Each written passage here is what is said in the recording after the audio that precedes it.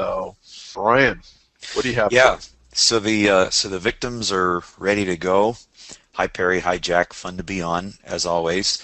So this is for our mastermind members, and if you happen to be new to mastermind, I'll ask you just like I did last month if you've been to our forum yet, because the forum really is the single biggest and best asset available to our masterminders, above and beyond all the other cool stuff that you get as part of your membership. So what you'll want to do is go into the members area, the Perry Marshall members area, click on the little navigation at the top that says mastermind, and you'll see the word forum. When you click on that, it'll tell you how you find your way to the Google group, where all of your fellow masterminders are. There's just some really good threads in there. Just at random, I plucked out a couple. There's one called How to Get Clients to Pay Money Owed that's very helpful and informative. Resources. There's also one called Resources for Developing My AdWords Knowledge. That's really good if you're a beginner, and let's say, for example, you've read, the Ultimate Guide to Google AdWords, or you've gone through AdWords Bootcamp, let's say, and you're like, well, what do I do next? Some really good answers to that question. They're not exclusively Planet Perry answers, but they are really good answers for how you can expand your knowledge. So let me just devote a few quick minutes to this little topic that has popped up since our last meeting. Google has opened the curtain and introduced what they call enhanced campaigns, where they give you the opportunity to upgrade and have your campaigns run according to this new system. And of course, in their literature, they'll give you 3 major reasons why they think you should upgrade to enhanced campaigns, and they are, quote, powerful bidding, smarter ads, and advanced reporting. So, for example, there are a lot of things you can control that you couldn't before, like you can manage your ad extensions down at the ad group level. If you've got site links that you have set up, which are one kind of ad extension, then you can schedule those to show at certain times of the day and days of the week. You can adjust your bids by geography so that you don't have to create umpteen gajillion different campaigns that are all bidding different prices in different locations. So you can bid a few percentage points less for your Dallas, Texas ads and a few percentage points more for your Seattle ads, for example. And then what a lot of people are crying foul about is there are a whole bunch of mobile targeting options that have either been streamlined or simplified or conflated or just plain removed. And so the best resource so far on this I found is this excellent article by Brad Geddes. I've given you the link here, and these slides will be available later today in the members area as well. But you can eyeball this link, and I'll also shoot it to you via the chat box. Brad Geddes is a good friend of Planet Perry and writes excellent articles on stuff like this that reduces it and sums it up. And the article is basically who should wait to upgrade to an enhanced campaign and who should not. Okay, and the answer of who should wait to upgrade are if you have sophisticated mobile accounts, wait, hold on, don't upgrade. If you have a bunch of mobile-only accounts, or if you're one account or you have several accounts that are mobile-only, don't upgrade yet. If you have websites that are optimized for tablets, then do not upgrade yet. If you have vastly different cost per actions for desktop versus tablets, and so on, don't upgrade yet. And if you have a bunch of apps that are phone specific, ditto. So who should upgrade now? And the answer is any account that's doing very little mobile targeting, accounts that are struggling with geographic bidding for the reasons I mentioned a moment ago. Google lets you adjust those bids, and accounts that are segmented heavily by extensions, because now Google has made extensions a lot easier to manage down at the ad group level. So again, here's the URL. It's by our good friend Brad Geddes. good friend of Planet Perry, and I'll send you the link to this in the chat box so that you can look it up yourself and read in more detail his specific recommendations for you. So we do traffic, we do conversions, we do economics, and this month the theme is conversions, although what Perry's going to be covering is every bit as good for generating traffic and writing ads as it is for any other copy that you happen to write that will convert. So Perry, as usual, is the hero today, and he's going to be doing some hot seats. So Jack Bourne, who is on at the moment, is actually going to introduce that now. So Jack, just a second, I'll be giving you controls. Oh, and I get to guess which one of you is Jack, don't I? I think There we go. I'll let you know. Let's see. We'll make you the presenter. Not yet.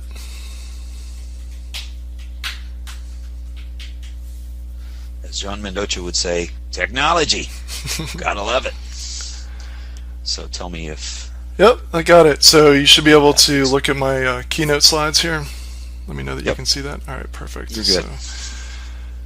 All right, everyone. So this is webinar number 2 for Look Over Perry's Shoulder. We had an extremely successful and popular Look Over Perry's Shoulder for writing emails. If you haven't availed yourself of that, if you haven't invested in that, I highly, highly recommend it. I would say webinar 1 and 2 particularly were actually webinar 1 and 3, and those are some of my favorite webinars where Perry and I are just riffing on marketing concepts, and just the feedback that we got was tremendous. But we're here today to talk about Look Over Perry's Shoulder, as he actually writes an email, but it's actually to redesign a Google AdWords ad. So Perry Marshall has taught thousands of marketers how to grow their business. He's obviously written the Ultimate Guide to Google AdWords, Ultimate Guide to Facebook Advertising, and you see that big stack of books. He's been mentioned in all of those books and a whole bunch more. He's been quoted in Chicago Tribune, Entrepreneur, Washington Post, USA Today, and the list continues to grow. As you just heard, we also have Brian Todd, the co-author of the Ultimate Guide to Google AdWords, and my name is Jack Bourne. I'm Perry Marshall's marketing manager. So we're going to jump in with hot seat victim numero uno. But before we do, I want to mention something that was brought up on the last webinar number 1, is that you get $500 off of AdWords Bootcamp. But it's only good for the duration of this training. So we're halfway through the training, so you want to make sure that you go over and take advantage of this as soon as possible, because the time is ticking before you can't take advantage of this anymore. So perrymarshall.com/AWCE discount. Brian, maybe you can type that into the chat box so everyone has it. Also, everyone should have a link to today's download. I'm going to recopy and paste that out to everyone. Just as a housekeeping point, a lot of people ask, is this being recorded? Will this be in the members area? Yes and yes. So both of those are taken care of. So with that, let me go ahead and introduce hot seat victim numero uno, and his name is Chris Kirk. And let me unmute Chris here real quick. All right, so Chris, how you doing? Hi, good. Good morning. Good morning. All right, so let's go ahead and talk about your what you sent us. So Perry's going to have the opportunity to ask Chris some questions, but up until now, the only thing that Perry has seen are the marketing DNA tests. He did not know whose they were, but I put the initials on there. So this is one of the victims today for the hot seat. So Chris Kirk has a website called shoresummerrentals.com. And I'm going to read his story. And this one really jumped out at me with what has happened in the Northeast recently with Hurricane Sandy. So he says, due to Hurricane Sandy, I've lost over 1/3 of my customers that lost their vacation rental homes. I need to expand into other markets. However, when I do enter new markets, I find it difficult to compete with keyword bids with established competitors. I compete against 2 large multi-billion-dollar public companies, HomeAway.com and FlipKey.com, part of TripAdvisor.com, among other sites. Real quick, I didn't ask this, so I want to make sure. Brian, you are seeing me change screens, so you're on the screen where I'm reading this? Yeah, it says Chris Kirk : story. Okay, great. So here's his homepage. Here, let me spend a little bit more time on it. So here is his homepage, And here is his landing page. Now the landing page, it looks like just want to explain real quick, it looks like the navigation up top is removed. That's actually not the case. When you click on one of Chris's ads, or at least the ad that I clicked on, you are taken to a page where the anchor tag takes you down the page. So there is navigation, but it automatically takes you down to the page. So this is what you actually see when the page loads up. Here are the current stats, and again, this is available in the PDF. So I'm going to copy and paste the PDF link in there again. And so here's the client pane as Chris describes it. We've had a lot of communication back and forth. So it doesn't attract many owners looking to list their property. Rather, it attracts a lot of renters looking to find a vacation home to stay, which is great, but it doesn't help with the cash flow. So the folks paying the bills are the folks that list the properties to rent. Keep in mind this is just for one town at the New Jersey shore. There are over 50 unique towns that I market for. Also, there are a lot of people that search for New Jersey shore rentals. So, clients, vacation home rental website where property owners can advertise their vacation homes to potential renters. We are primarily at the New Jersey shore. Skipping ahead, number one, vacation property owners that wish to rent out their homes to quality renters for a few days during the season, or a few weeks or months. They are good attentive landlords that rent clean quality vacation homes. I'm going to skip ahead. But he does mention I would like to expand beyond the New Jersey shore. Clients part 2, vacation property renters that wish to rent homes mentioned above. They're good renters that are respectful and clean. Usually families are the best vacationers. So the challenges. The real money is getting customers to list their property with us. He's tried to spread to other areas using an affiliate program, but it doesn't pay enough to cover the click costs. And struggles. We need to attract more property. Hang on, can Sure. you back up and I'm not totally sure I understand what he's saying there. Mm-hmm. The cost per action affiliate. Could Okay. you explain this? Yeah, sure. So I think Chris is on the line, but I can explain this real quick. So you can go on sites like Commission Junction or other affiliate networks, and there are programs out there where you can sign up as an affiliate, and you can get people to basically fill out a form as a lead, and for each lead you get paid some amount of money. So they give you this kind of get technical, but they give you a ton of data, like XML file of like all of their listings, that you can basically build out a database or multiple hundred pages of your website. So what he's tried to do is he's tried to spread the net wide to be able to get lots of, so rather than just being niched in the New Jersey area, he's tried a strategy of being coast to coast. But the problem is that the cost of advertising coast to coast is not isn't covered by the affiliate money that he makes. Chris, did I explain that pretty well? Yes, you did good. Okay, perfect. So in other words, Chris, you can't make money as an affiliate realistically, except just some extra pocket change. You have to get people to list their house with you as their Right, primary. that's where the money is. Yep. Okay. All right, cool. So struggle. Attract more property owners that pay, and 2, attract even more property renters to fill up their vacant weeks. I spent an average of $3,000 a month in season from January to July last year. I have been doing this since 2003, and I feel I'm at an intermediate to advanced level in terms of Google AdWords. I spend a lot of time each week tweaking and improving my campaigns. I do see that my cost per conversion is getting much higher each year. So these are some of the competing ads.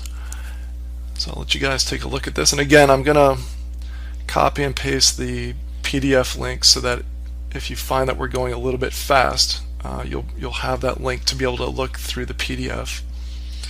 So those are some of the competing ads. Now, one thing that jumps out at me right away, and this is very common in a lot of markets, especially where a market's been commoditized, is that there's a lot of Me Too advertising. A lot of people are doing the very same thing. And one of the things that Perry showed in the previous webinar is how to use the Swiss Army knife to break out of an ad writing rut and just come up with something that's completely different. All right, so that's the information. What I'm going to do is I'm going to hand the controls over to Perry, and Perry, you and Kirk can talk about. Let's see. I need to figure out which Perry it is, but Perry's the one who's not the organizer. all right. So I'm going to make you the presenter. And you can go ahead and ask away.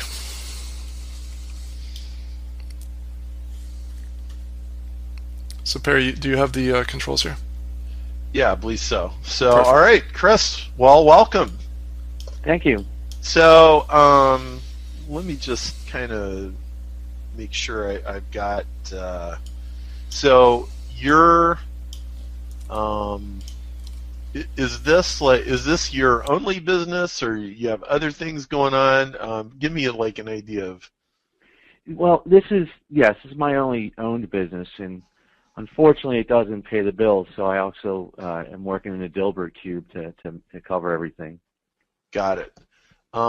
And so, would it be fair to say, like, you're just like one among the many players who are in this market, and you're trying to slowly claw your way to the top. Is that a fair?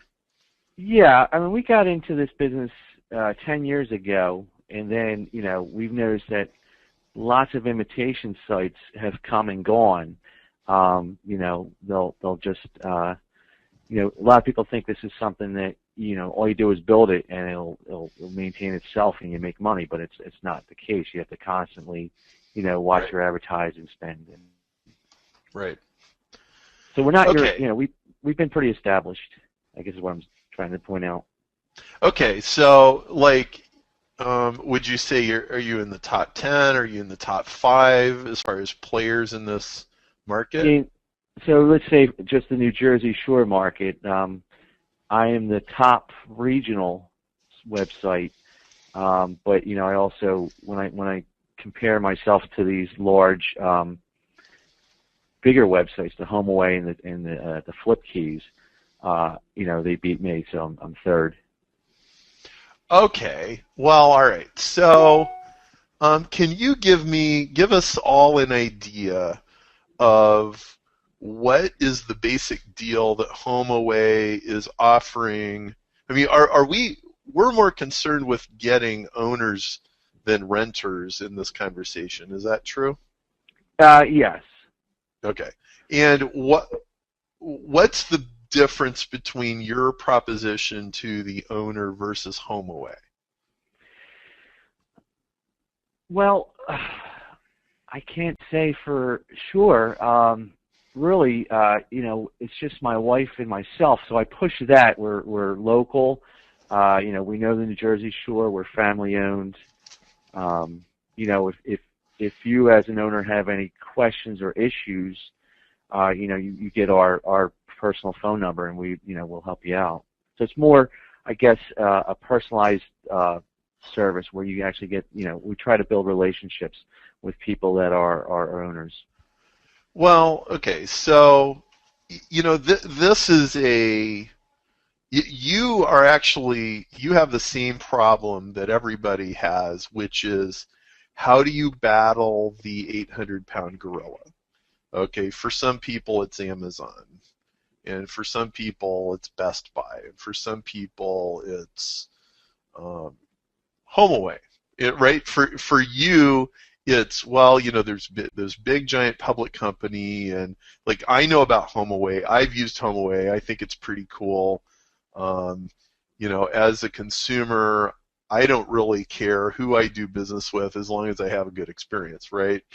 Mm-hmm. But I also know I had a guy come to a 4-man intensive last year who sells rental property. He does what you do, except he does it in Madrid. Okay. And so we had a whole conversation about like how these different these rental sites work and how they charge commission. But like, can you just give me a basic outline of what is the HomeAway structure, of how they make money, and how much the homeowner gets to keep, and right. Can you just map this out so we all know that if we owned a home here or elsewhere, that we understand what your value proposition is compared to theirs? Right. So HomeAway purchased all these websites a couple of years ago and created one large conglomerate, like VRBO and VacationRentals.com. Yep. So what happens is they raise their prices. So an average typical person that advertises on them are paying about $320 a year, I believe, for their basic service. We top out. If you get all the special packages and our best package, it's going to be about $230. So we're cheaper than them. So basically what it is just a one-time annual fee. Well, it's not one time. It's an annual fee, so they can advertise on our website their vacation rental property, and then my job is then to take the funds that they send me to advertise and attract renters to at least so then they could get contacted by potential renters, and then it's up to the actual property owner to see that transaction through, that they that they rent the property. So basically, I'm just an advertising service for people with vacation rental properties. Okay, if I am a HomeAway person and I give them the $320 a year, do they get any other money? Do they get a cut or any of that? No, it's really the same business model. So they're just paying the right to advertise their vacation property on their website. Okay, and so this is all about USP.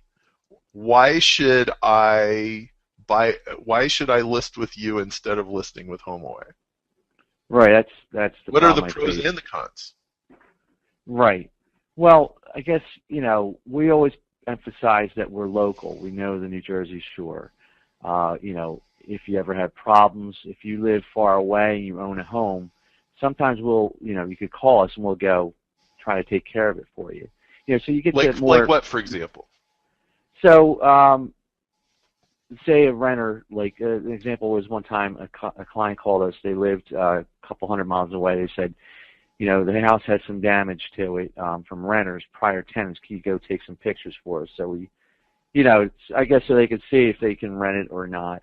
And then, could you find my incoming tenants somewhere else to stay? So, we've done that before. And HomeAway would never do that, obviously. No, they wouldn't. Okay. How much price resistance do you get on your $230 offer? Well, there's like pretty much most of my.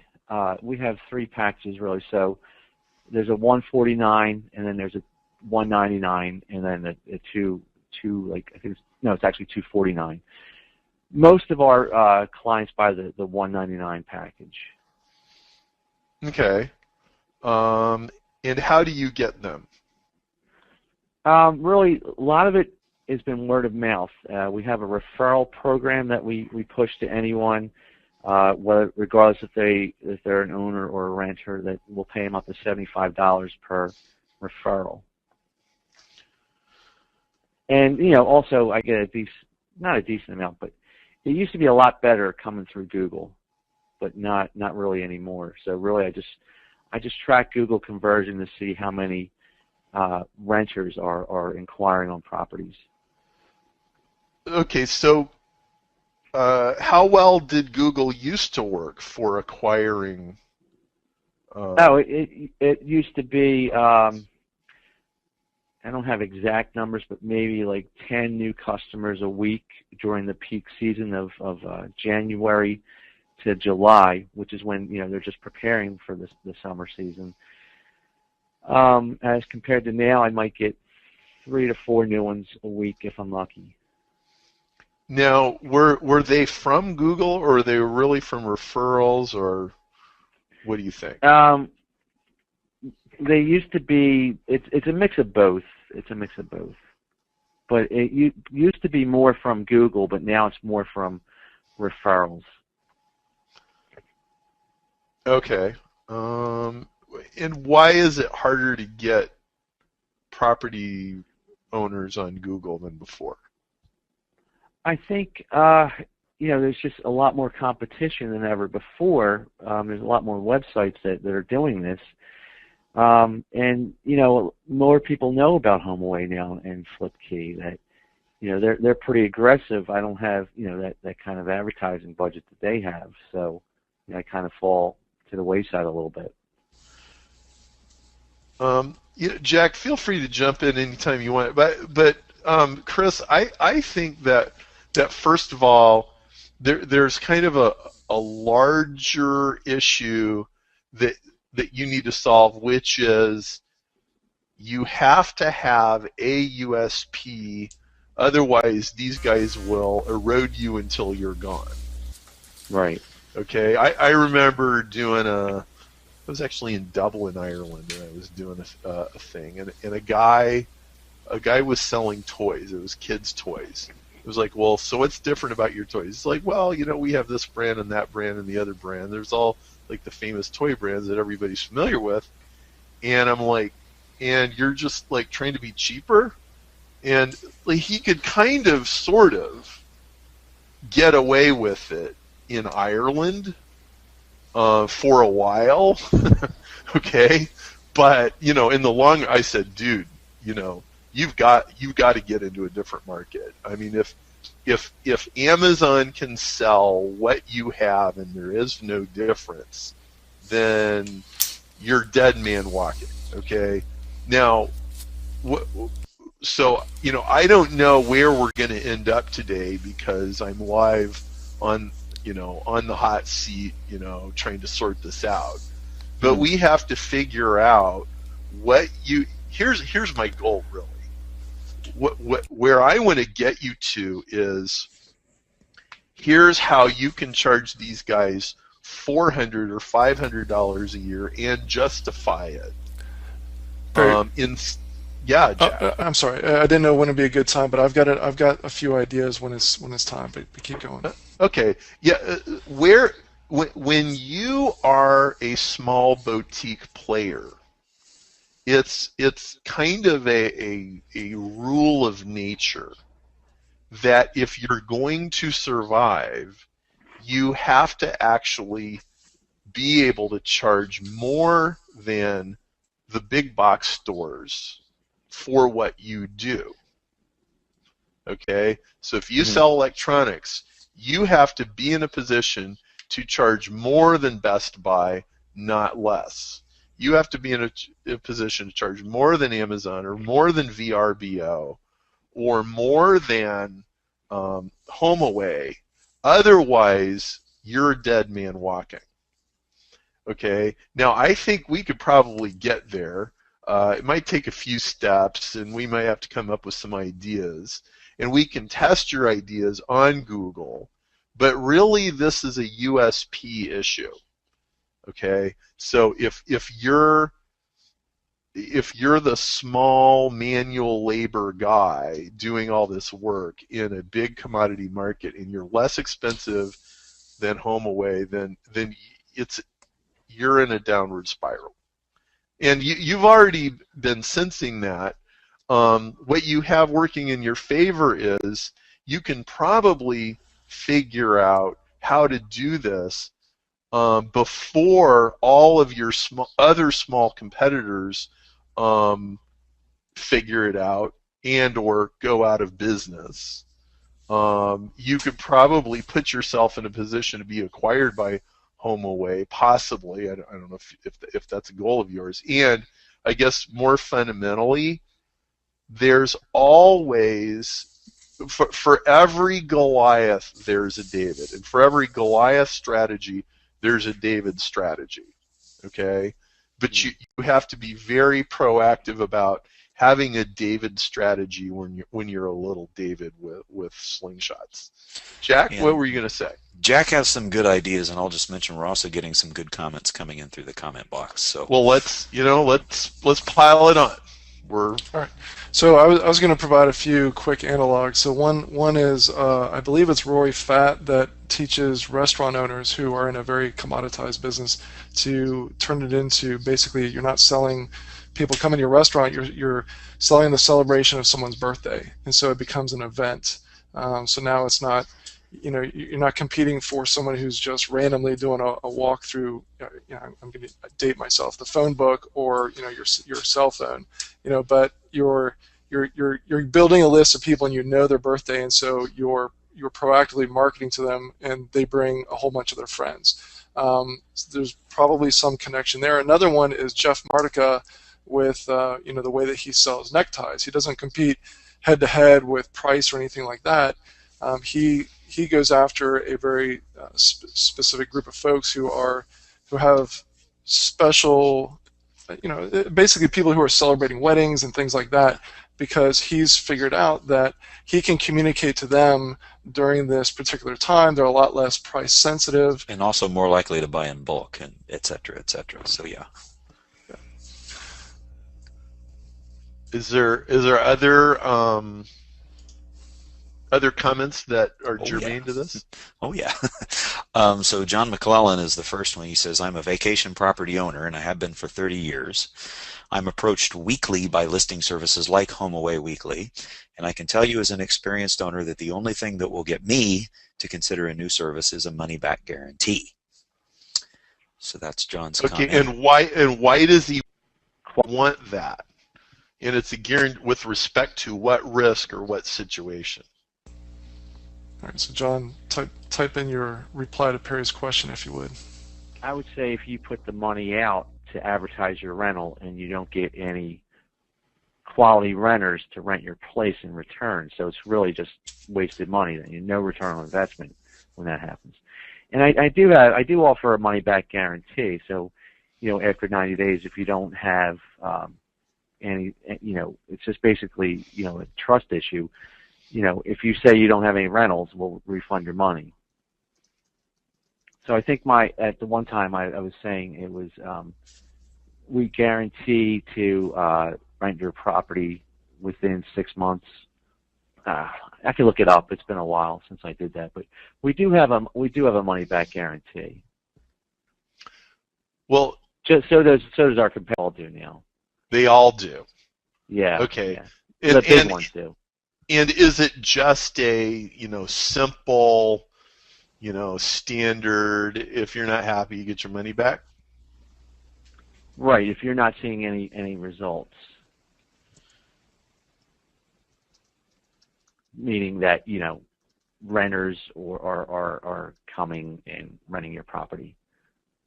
Well, okay. So, any time that the standard thing is a sort of generic guarantee, the next evolution is, can we make a multi-point specific guarantee as opposed to a wishy-washy generic boring guarantee?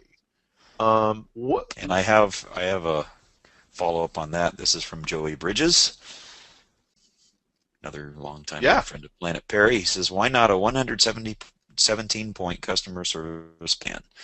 Since he's small, in other words, you are small, you can list out all the items he's willing to do that HomeAway won't do. That way it is specifically what he does, and it lists out all the personal touches he does. We use this for sellers in the real estate market. That's good. Thank you, Joey. So let's... Chris, what are all the things that you can do that HomeAway can't? Okay, one of them is you told me, it's like, we can go take pictures, check on stuff. Like HomeAway obviously isn't doing that. Right. You can avert, renters or divert, right? Right. Tell me more. We could, we give them advice because we are owners ourselves. So we know what the market's like. We can consult you on if you're in the market of buying a rental property but not sure what to look for. We could help you with that. Tell you what rents and what does not. If you're painting your house, we could tell you what colors pop that would really attract more traffic to your listing. Just really any kind of advice they could think of, we'll answer for them.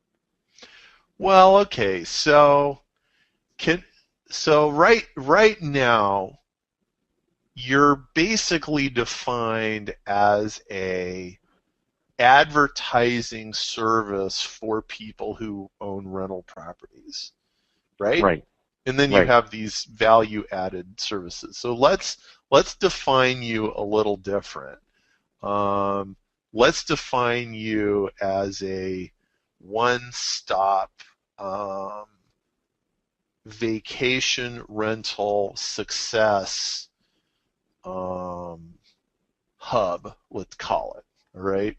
This isn't really what we're saying to customers yet. We're still working on it, right? But like you're in like the global issues of everything that makes rentals work, right? Right. Okay, so doesn't this potentially include, so there's issues with insurance, repair, advertising, pricing, competing with other places, competing with other services, because if they're competing with everybody on VRBO, right? Right. They're competing with everybody on HomeAway, right? So how to compete with those guys? Profit margins, right? Mm-hmm. Let's see if there's anything. Okay, when you say what rents and what does not, could you just give me a really basic idea of what you're referring to? Right. So there's people that will buy $1 million house but fill it with garage sale furniture and then charge a couple $1,000s a week, and then that type of client that's looking to rent that type of home is turned off from that, and it sits vacant. And then you got your typical people that they want to rent to like spring breakers, and then when the spring break season's over, they want to rent to families, and sometimes they don't really coincide because it's more of like a party house as compared to like a family vacation type home. So, either one or the other. You got I usually advise them pick one and stick with that. Chris, as you're talking, this is starting to come into focus for me. I'm sitting here going, oh, well, all right. So your typical family that owns a home that they want to rent out, they're a biz-opper. They're a business. Yeah. They're a business opportunity person who they're just as ignorant about that as like the average bloke who hits my website who heard something about Google AdWords. Right? They're they're investors in real estate, really, and they want it. They're interested in doing it themselves, renting it out themselves, as opposed to paying a real estate agent commissions. Okay, so let's try this one for size. Let's say that you cost $600 instead of $230. Mm-hmm. Okay? And let's say that you're going to go, and Joey, help us out or tell me if I'm on the right track, because I think Joey's probably got a really good idea how to do this. In fact, wouldn't be against unmuting the guy because he could, but let's, so here's your proposition. We are going, oh, by the way, wait, when you bring these people on board, are they in a transition phase with their whole rental property where they're spending money on furniture and they're moving things around and they're reconfiguring, and so therefore there's other changes and other money they're spending, not just you? Right. How true is that?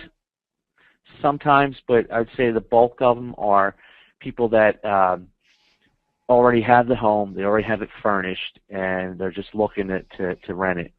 But then, in the off season, some of them come to say, hey, I'm looking to paint it. What do you think? And it's like, yeah, you got a plain white house. Why don't you add some color to it? Okay.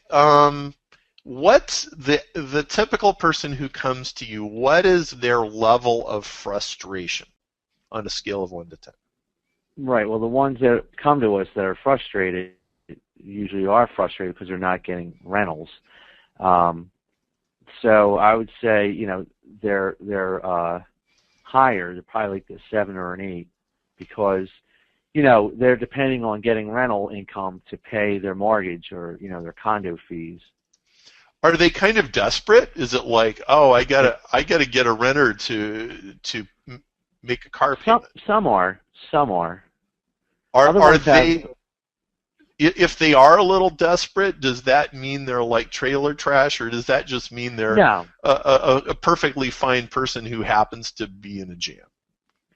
Right. It's somebody that probably bought a house, overextended themselves, a second vacation home, overextended themselves.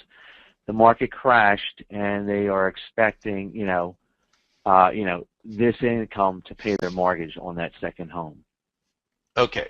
Let's say that this person came over to your house for dinner, and you and your wife are going to tell them everything that they need to know, and they're going to do at least half of what you tell them to do. Mm-hmm. How likely are they to turn their situation around and get a satisfying result? If they have the funds to do what needs to be done, it's pretty good chance. Like, so, if it means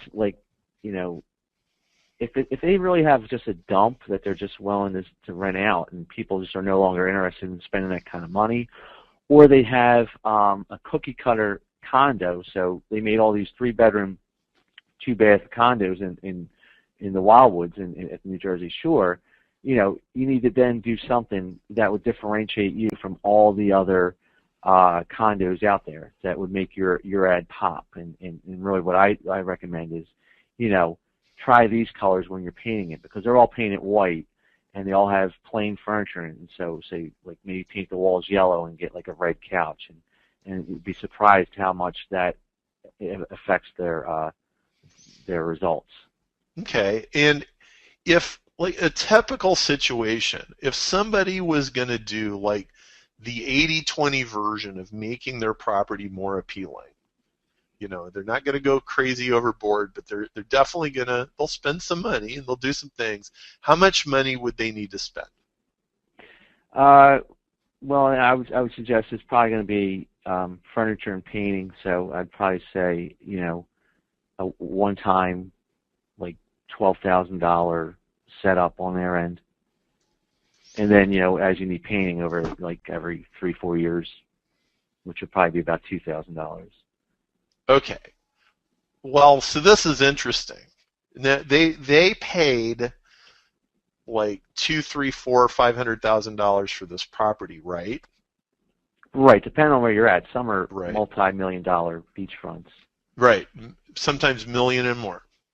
Right. What percentage, out of all your clients that you have this year, what percentage of them spent more than $5,000 this year on their property? It's hard for me to tell. Like we said, just the best guess that you can. The best guess? I would say average would be 5 years you have to replace your furniture in one of these homes.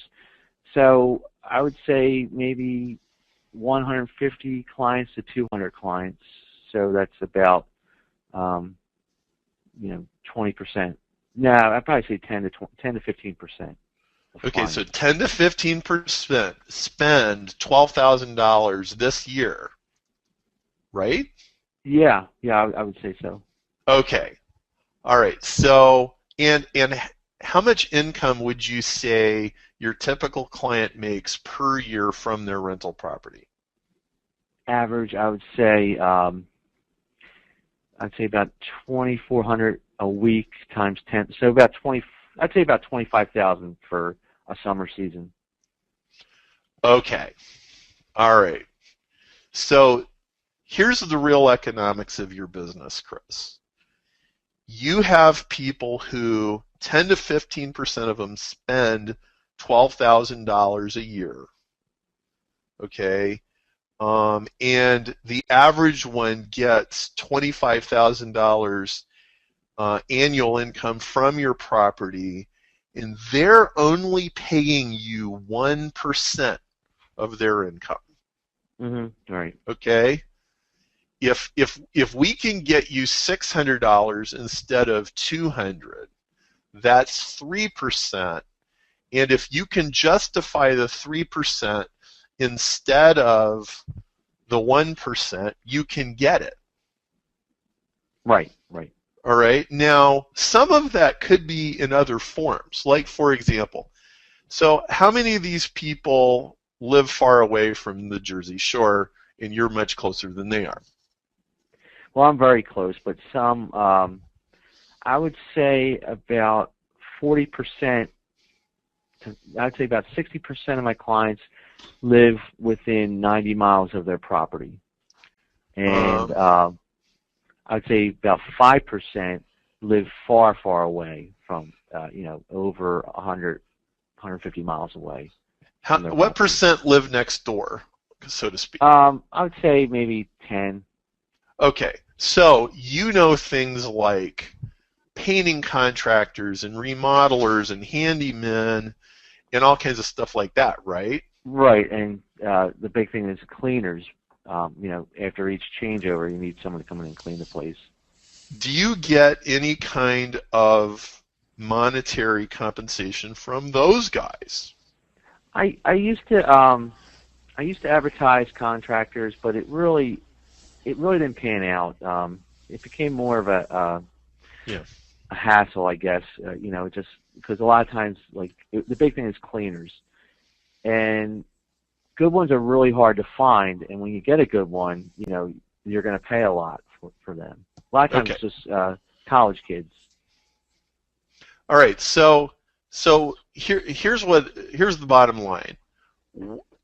Help me write a guarantee that covers all the bases. And by the way, this is going to include a disqualifier.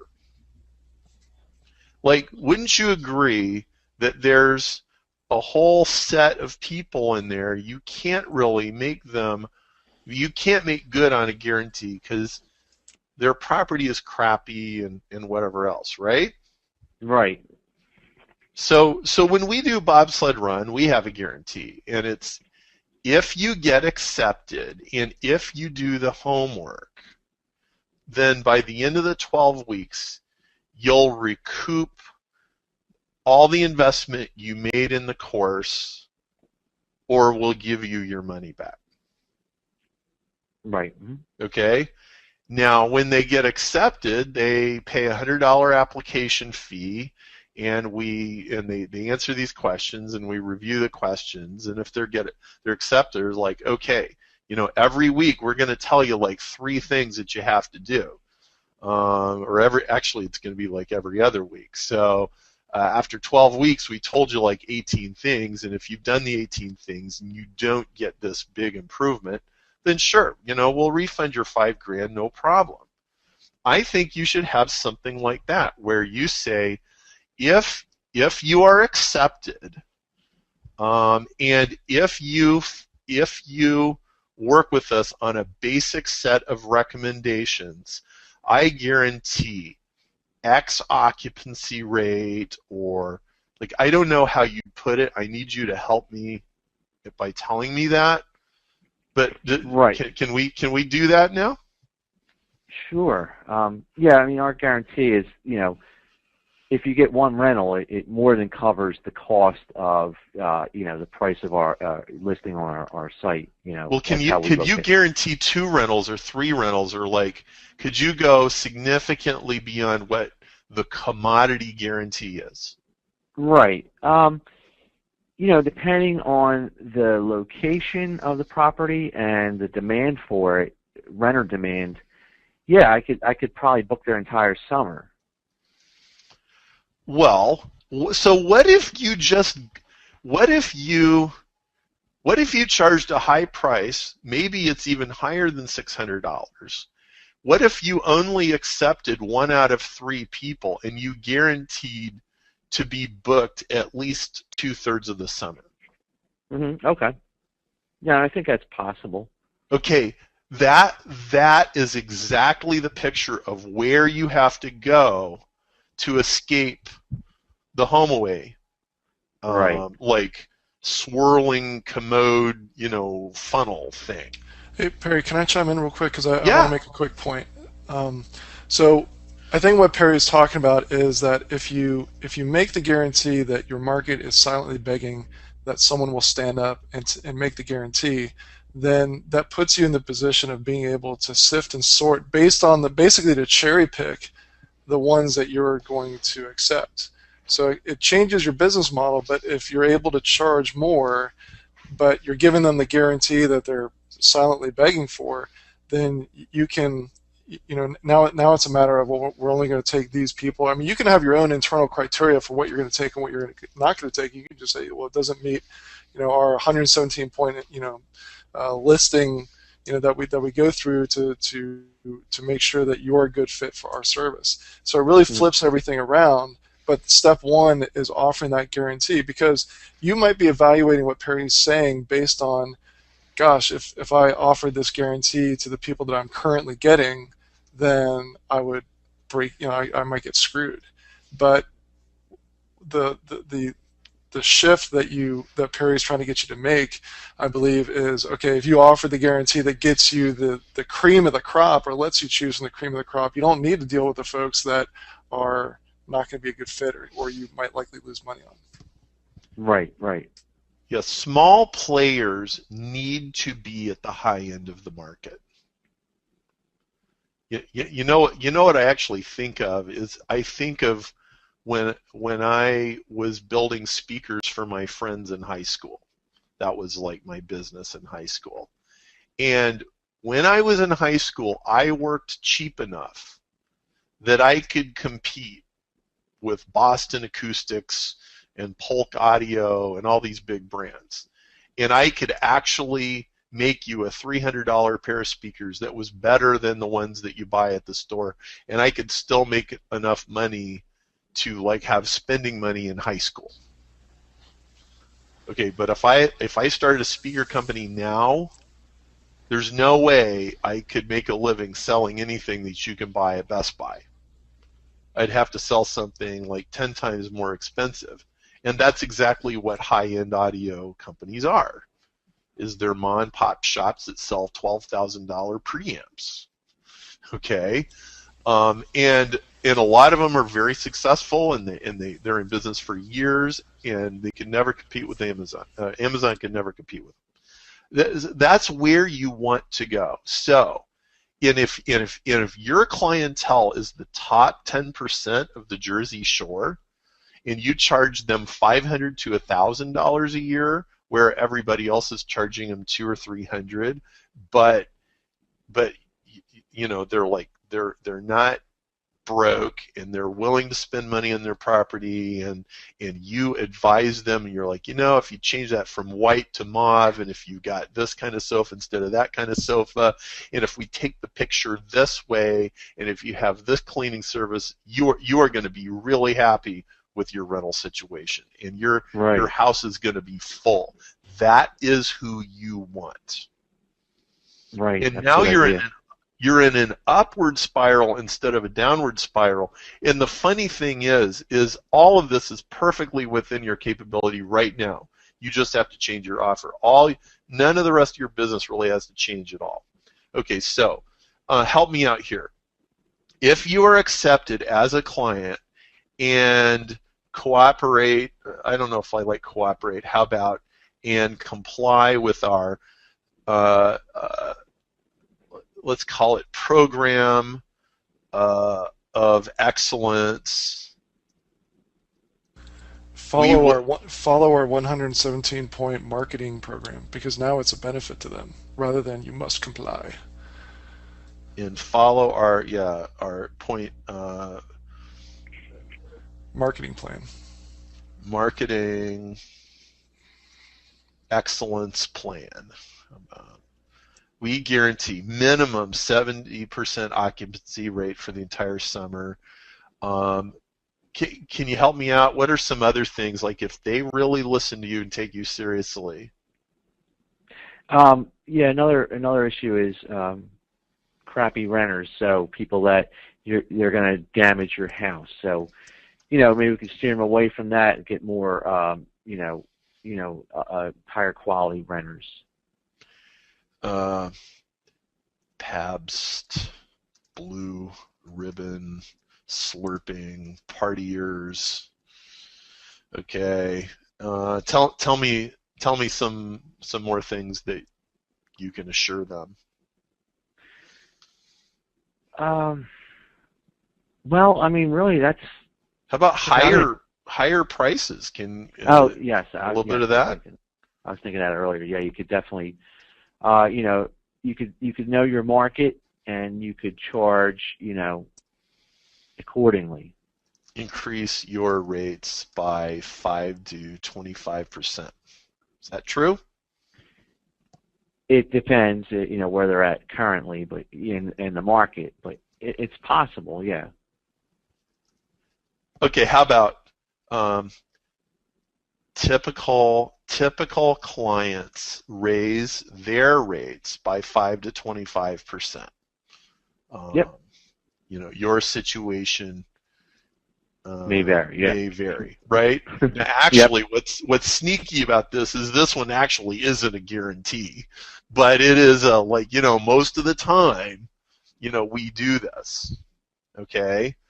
And now you could start out with a free application, but you should probably experiment with charging an application fee. We charge $750 a year, which is way more than everybody else. But this is what we guarantee. We only work with the best clients in the market, okay? Mm-hmm. And then you have to spell out in detail all the ways that their extra, $200, $300, $400, $500 comes back to them over and over and over again. Right. Okay? Right. Okay. How the increased fee comes back to you. Okay. If you get one more week per summer, your 750 comes back 3x, right? Right, because this is typically the homes, like the target would probably be the homes that are charging renters about $5,000 a week. Typically bigger, higher-end homes on the beachfront. Oh, okay. And so that'd be easily doable. So you could say something like half of your 750 comes back to you each week. Oh yeah, right. Absolutely. Right, and this whole thing revolves around economics. The tactical triangle, traffic conversion economics, and the economics is people are getting $25,000 of income on the average. They're spending $12,000 every 5 years to keep up their property. And they're spending all this money on mortgage and all this kind of stuff, and you are actually the biggest lever because you determine whether they get a customer or not. Right. So you deserve more than 1%. Right, okay? Right. So your job is to be the tail that wags the dog. Okay? And so like this is the essence of it. So let's write a Google ad. Let's write a couple of these, and then we'll go on to the next person, because really, this really comes down to what it says on your landing page and how you get clients. So, Google ad. Okay. Tell me, is your, let's see, I'm sorry, Shore Summer Rentals. This is it right here, right? Mm-hmm. Oh, but this is not your ad that gets clients. Right. This get owners, right? Yeah, but you could say all my ads pretty much are geared towards the renter. So, well, all right. So, like, you don't even write your Google ads to get renters, to get owners. The owners just find you because of your ads. Yeah. So right. So I always make sure I put in, in that market that are owners that rent their homes, as opposed to renters that go to a realtor and have the realtor manage the rental for them.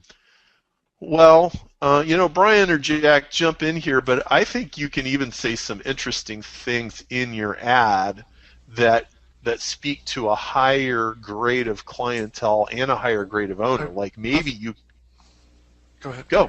Yeah, Jack, go ahead. Okay, so I was going to ask a question. Do most of the folks who rent from your clients, are they from out of town? Yeah, they're either from Philadelphia, northern New Jersey, and New York City area. Okay, so here's what you do. Here's one way to do it. You can go get some code written that will figure out the location where someone is. It's very, very reliable when it's inside the United States. I mean, down to the city. And if they're outside of the area that you cover, then they're probably someone looking for a rental. So show them your normal page. If they're inside of that area where they possibly could be your target client, switch the page dynamically, but give them a way back. It's more like it's like 95% geared towards your USP for folks who are trying to rent their property. But oh, by the way, if you like a stripe across the top, are you looking to rent? See our listings here if you're looking to rent. That would be one way to do it, just geographically. You could. I'm sure you could probably do that just by geo-targeting your ads too. That's what I was going to say. I've done that as an experiment with one town. It's a more pricey town, so I figured if they're Googling vacation rentals by owner inside of that area, they might highly likely be people that they're looking to rent their property.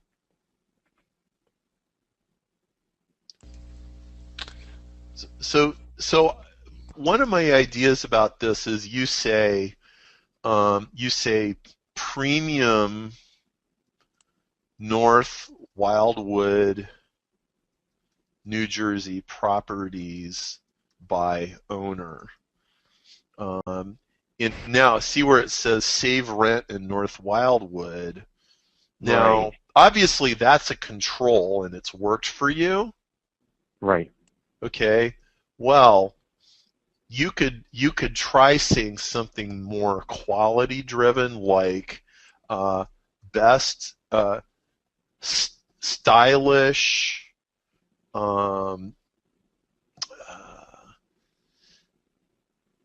Yeah, sometimes I use gorgeous or what's another one? Spacious. Yeah. Colorful properties on the shore. Something like that. So we're creating an attraction where we're attracting customers that want stylish, spacious, artsy, colorful, and we're attracting owners that are willing to provide stylish, spacious, colorful, and and it takes a couple of cycles of the feedback loop, but pretty soon all your properties are like, man, look at this. I'm starting to feel like this is Architectural Digest instead of, the Chevy Chase vacation movie. Right. and now you're getting a USP on the rental on the end user side too. And again, VRBO and HomeAway can't do that because by definition of them being the big commodity players, they have all of the averageness. Correct.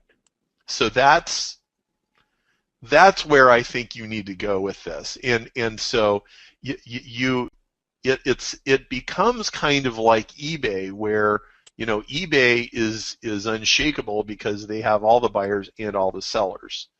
Well, in the audio market, again, there are like used equipment sites that sell really high-end stuff where everybody feels that the eBay is beneath them, and so there's a market there, right? Well, I don't want to sell my Mark Levinson amplifier on eBay. I want to sell it, on this elite site, yeah. and I'm not going to auction it off either to the highest bidder in 1 week. Yeah, like AudioGone, I'm going to put it on here for 3 months, and somebody with a fat pocketbook is going to pay me the $12,000 for this thing, and they're not going to like give me a bad review either, and that's the game you're in.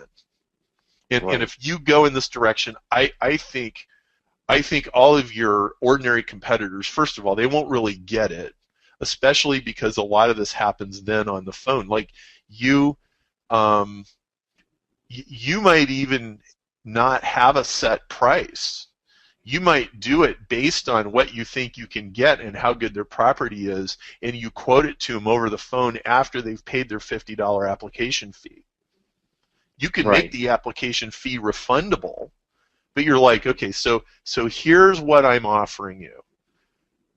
It's going to be $1,300 a year, and here's what I guarantee you, and here's how you're going to get your $1,300 a year back.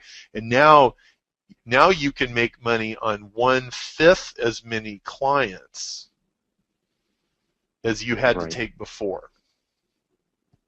Right. And they're usually better clients. Yes. Oh, yes. That's the best part. See, nobody knows that not the best paying clients treat you the best too. Right. I have people join private client group, and they're so respectful, and they're so wonderful to work with. Meanwhile, you got the Perry's Greed blog post where these really rude people are telling me what an asshole I am because I charge money for lunch, right? It's totally, it's the best of both worlds or the worst.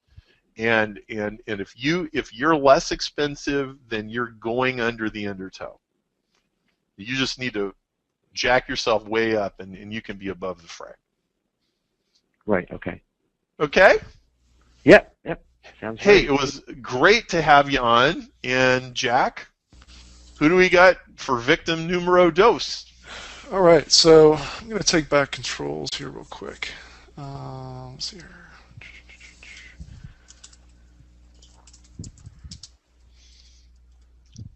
It doesn't seem to be working. And we'll post this little document in the members area so that Chris and everybody else can have a look at it. Great. Thank you very much, Perry. Chris, it's great to have you. Glad to have you in the Chris. club. All right, so before we move on to hot seat number 2, what I wanted to do was to send out a few poll questions. This was very, very helpful for us last time, so I'm going to go ahead and launch this poll. And so this one is, do you currently advertise on Google's display network? So Brian, can you just confirm that poll went out? Select one of the following. Yep. Okay, perfect. All right, so you guys go ahead and start voting if you would. While votes are coming in, fast and furious, thank you for filling JOS8 that out. While that's coming in, I just want to remind everyone that when you go to perrymarshall.com/AWCE discount, that you can save $500 off of AdWords Bootcamp. If you've got some questions specifically about AdWords Bootcamp, I would say the best thing to do is to contact Josh, Josh, chris@perrymarshall.com, and he can answer some specific questions about that. All right, and okay, so that has come in. I'm going to go ahead and close the poll. Thank you very much. And then the last one is just follow up to that. If you you can answer nothing if you don't. You can answer nothing if you don't advertise on Google's. But the question is, how much do you spend on Google's display network? Nothing. Less than $500 per month. Between $500 and $1,000 per month. Between $1,000 and $2,500 per month, or more than $2,500 per month. These polls really help us understand where you're at, what you're looking for in terms of additional training, and so by answering this, it really helps us dial in exactly, what you need as far as training to take your business to the next level. All right, so we've got almost half the people having voted, so I'll just leave it open for just a few more seconds. All right, so I'll go ahead and close the poll. All right, everyone, perfect. Okay, so let me go ahead and bring our next contestant on, and that would be Thomas. And so let me unmute Thomas here. So Perry, I've already sent you the marketing DNA for Thomas. Let's see here, and Thomas. Let's see here. And I didn't actually go through that with Chris, but that's okay. We couldn't do everything. So okay. That was Chris. Let's go to Thomas. All right. So here we go. Hot seat victim number 2, Thomas. I believe your last name is Eisenbarth. Forgive me if I've said that wrong. Yeah, that's true. Perfect. Okay. Hey, Excellent. Thomas. So nice the German name, eh? Yeah, it's a very old German name. I love it. It's So kind let's, of like Lord of the Rings. Isengard. I've been there, by the way. That's immediately where Perry's mind goes. Lord of the Rings. Okay, so biteplant.com is the website, and we'll get into this right now. So his company is developing business software, solutions, and services with a focus on email security, email address validation. Our AdWords account used to perform quite well for more than 5 years. Then in 2009, click-through rates went down to 0.40%, and cost per click started to explode. We've tried all kinds of different tactics, but so far we're not able to get profitable AdWords traffic again. So here's the home page, and again, this is in the PDF that I sent out at the beginning. I'll send out the link again just in case someone showed up late. Here's Terry the home can comment, but I'm not sure we're seeing the right screen. I'm just seeing animated GIFs in iCloud. Oh, I'm sorry, we're not looking at the right page. So here we go. So here's the home page. And I've got 2 monitors open. So here's the home page. I think we're looking at the wrong one. There we go. Yeah, much better. All right, there we go. That helps. Okay, so home page, and we've got the landing page. He didn't send the current stats, but Perry, you can ask that if you need it. So we already talked about his challenges, and here are some of the competing ads. So one keyword phrase is anti-spam. You can take a look at some of what these competing ads look like. And there was another one for anti-spam exchange. That's what these competing ads look like. And these are some of the ads that Thomas is currently using. So with that, this is a shorter intro, but Perry, you can jump right in and start asking questions, and I'll go ahead and send the controls back to you real quick here. Before I jump into this, I just like the folks who are listening to, if you could type in the chat box, the last hot seat, was that what you're looking for? Is this, is this helpful? Are we, going in the right direction here, I guess.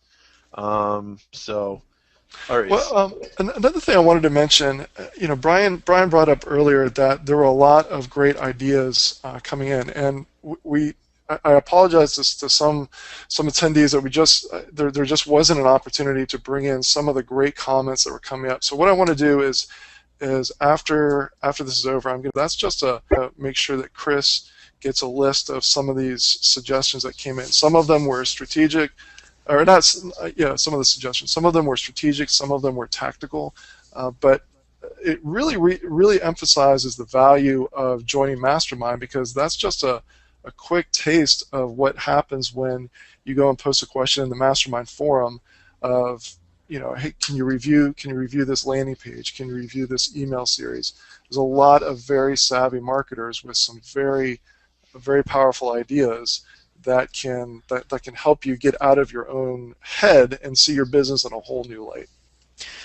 Well, the people that are commenting are probably biased. I'm being all dour here, but everyone to a man is saying yes, this was very helpful, especially the bit about positioning in the insight about that how smaller businesses simply need to charge more. And you're the rest.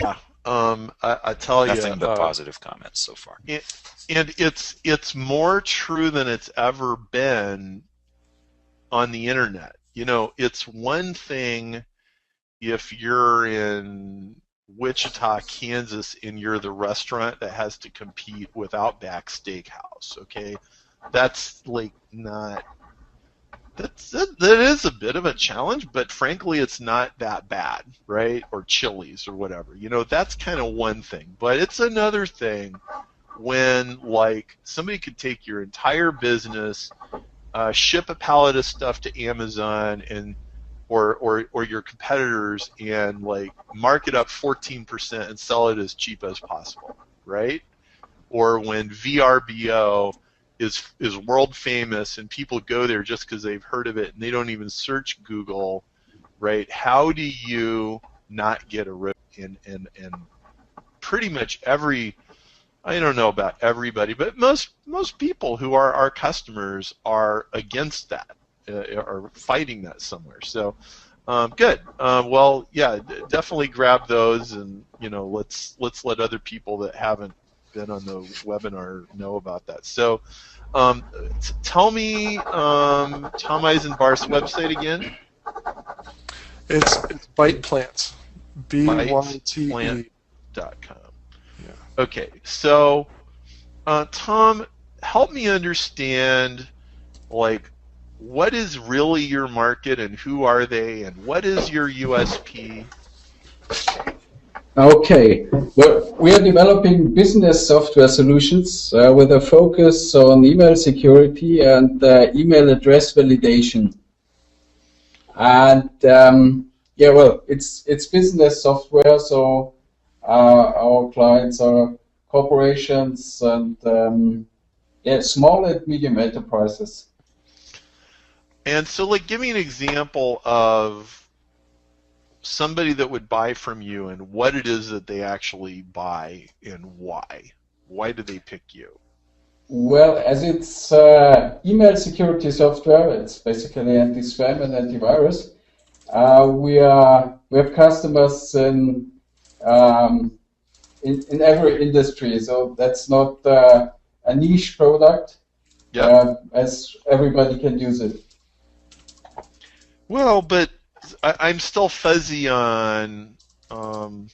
So, like, are you selling to the IT guy for the 50-person company and they need anti-spam, or? Yeah, that's what usually works best. We offer a free trial of and this products, and things work out best when the IT guy hits the website and downloads the software and installs it for the trial.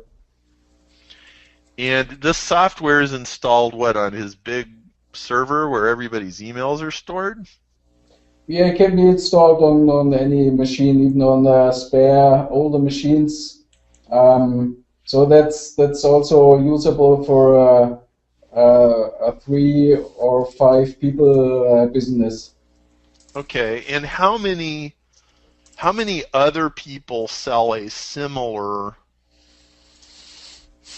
anti-spam? Well, that's how you would compare that. What is similar? I mean, there's a bunch of email security products nowadays, but I think we have a USP that is yeah, basically a combination of three factors. The software is really easy to install and use. I know that lots of the competitors say the same of their software, but in our case, it's designed to be usable within 5 minutes after the download. So that's I think that's unique. The other thing is that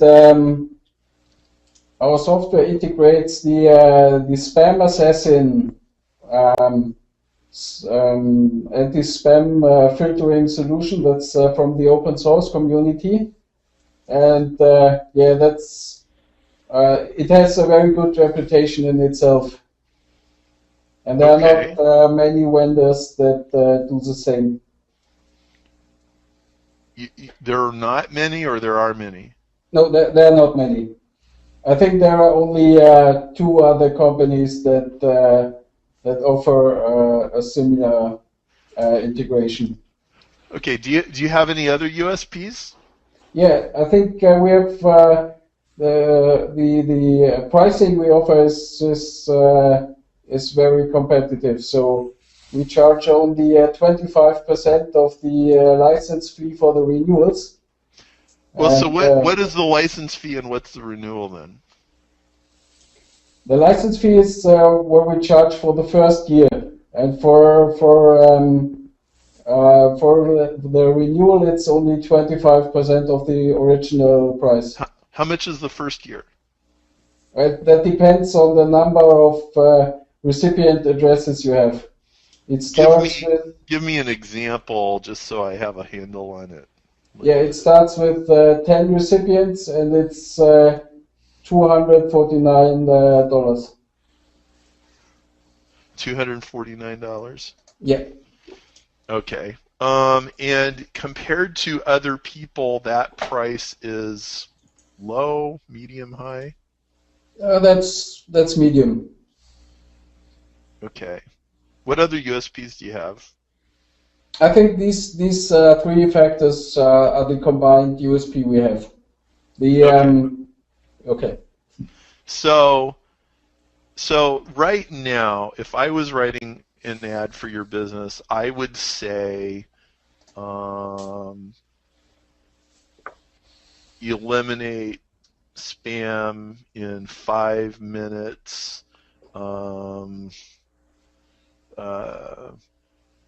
World's easiest install.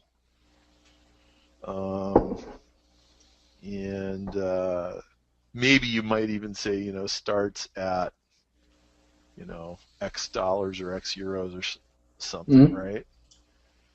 $249 or, 9, whatever the number is, right? So here's my, I guess, where I want to go with this. It looks to me like your only USB. Oh, well, so there was a thing about Spam Assassin, but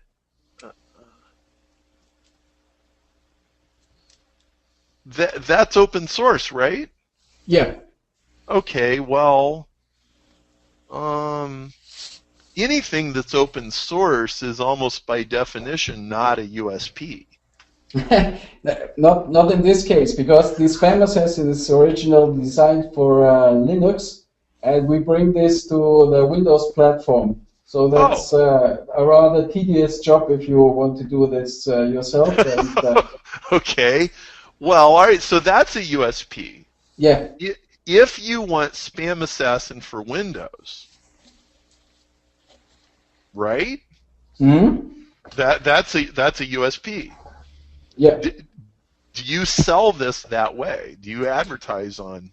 Yeah, we have the thing is we have ads exactly addressing these factors of the USP.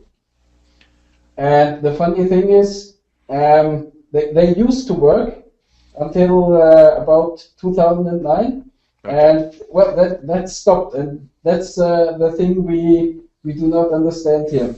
It's strange. Well, all right. So so you know, here's what most people are dealing with. So, you know, I've got tons of customers who washed out, you know, in 2009 or 2010, and they disappeared. And the reason they disappeared was because bid prices went up. And the reason bid prices went up was because the global financial crisis forced everybody. It caused everybody to lose customers, and everybody figured out the cheapest way to get new customers was on the internet. So all the people that weren't on the internet came onto the internet, and the market got flooded with all these solutions. And whereas in 2007 or 2008, your USP in many cases was you were on the internet and you knew how to use Google AdWords and nobody else did, that stopped being a USP, you know, sometime around 2009 or 2010, when eventually people found their way in. Plus, it turned out that even though corporate people are usually pretty dumb about marketing, they're still smart enough to figure out Google AdWords, and some of them still do have a good person, and they did go to the seminar, and you know, and so that's just kind of what's going on here. So when the market is flooded with all these competitors, it always comes down to USP. It's actually very similar to Chris, who we were talking about before. And it really comes down to USP. How do you be substantially different than everybody else, and if at all possible, be on the high end of the market instead of the low end, which, if you can make that work, will enable you to bid more on your ads, so that you can actually stay up with the competition. And so this is going to be a conversation about USP. Now, so help me out here. You know, I've got it. Do you know the anti-spam market pretty thoroughly, like all the players and all the solutions and all the approaches? Yeah, I think we have quite a good insight. Okay, so how many guys out there are there who their stuff literally works in 5 minutes? First of all, how many are there? Oh, how many guys are there that clean the spam out of your inbox? I think they are in the 80s or 90s. Like, so there's like 80 different players, right? Yeah. Okay. And from large players to very small ones. Who's the biggest one? Well, it's the Trend Micro and the GFI. Okay. And can you go head to head with them?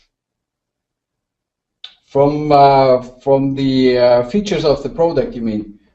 Well, from any by any criteria, really.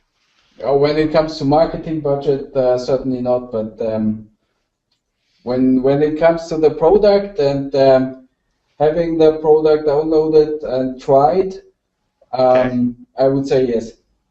Okay. And so, like, is their product substantially different from yours? Well, what we hear from customers switching from other products to our CleanBelt product is that they have less false positives, and they have they really love our customer support.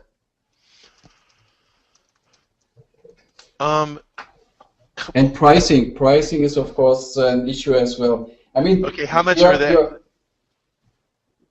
They start at for 10 recipient slices at about $700.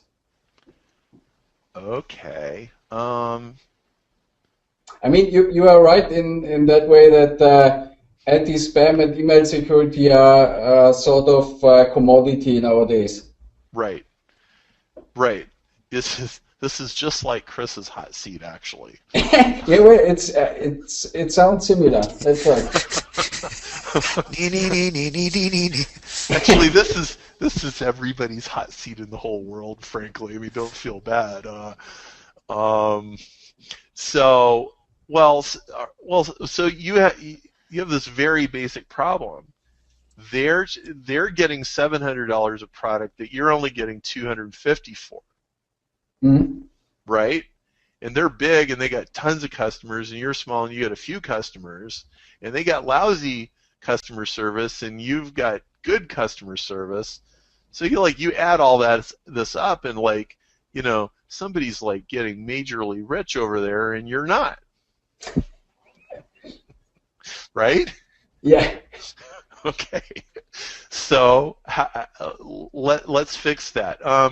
False positives really hack me off. Okay, now I use Gmail, and last week, a client that went to, actually it didn't go to spam, it vaporized. Mm-hmm. Like Gmail and a lot of these guys, I don't know if people know this, but there's three kinds of email. There's email that gets delivered, there's email that goes into spam, and then there's email that gets vaporized. And a lot of legitimate email gets vaporized. It never appears on the other end. It just vanishes. Yeah, that's a bad thing, of course. So yeah. That's a thing that can't happen with our product, because every sender gets a notification right in the when sending the mail in the SMTP dialog, so that he has a feedback if the mail did arrive or not. So any legitimate sender can take other measures to make sure his mail is received. Do senders normally do this, or is this some weird feature that only one person 100 ever actually uses?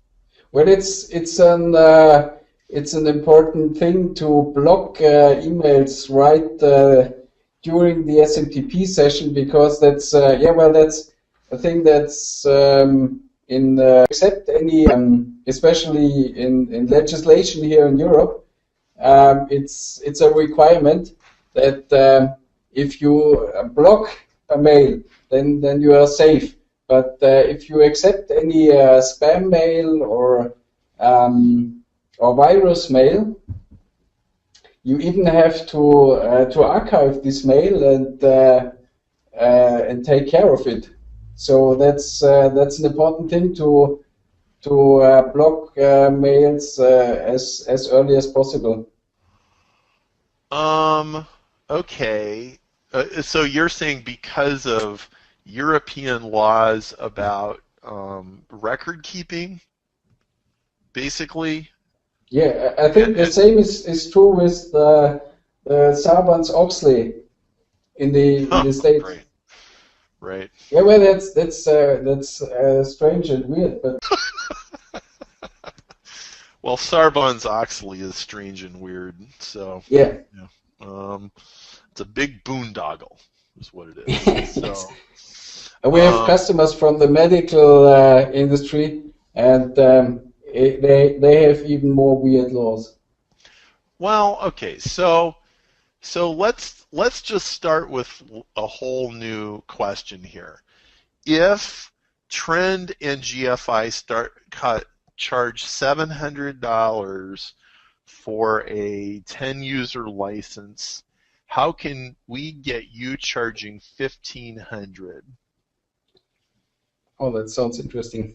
Okay, you charge $1,500 by delivering something that is better.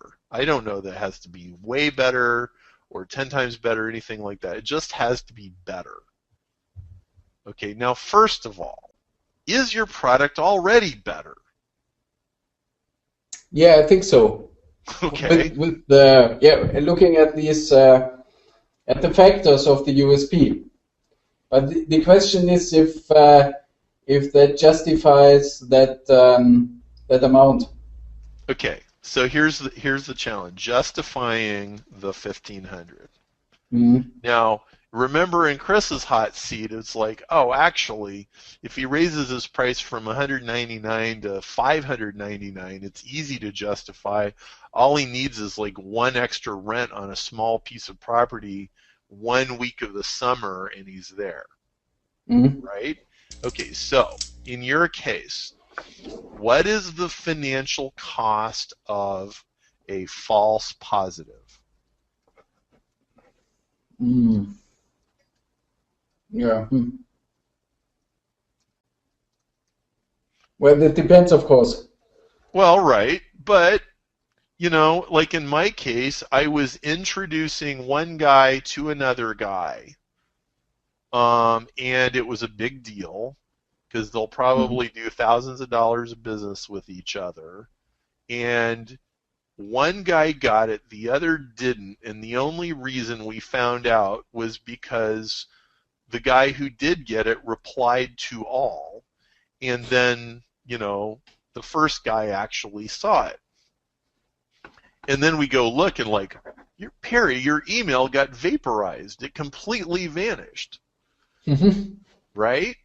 Okay, so what if,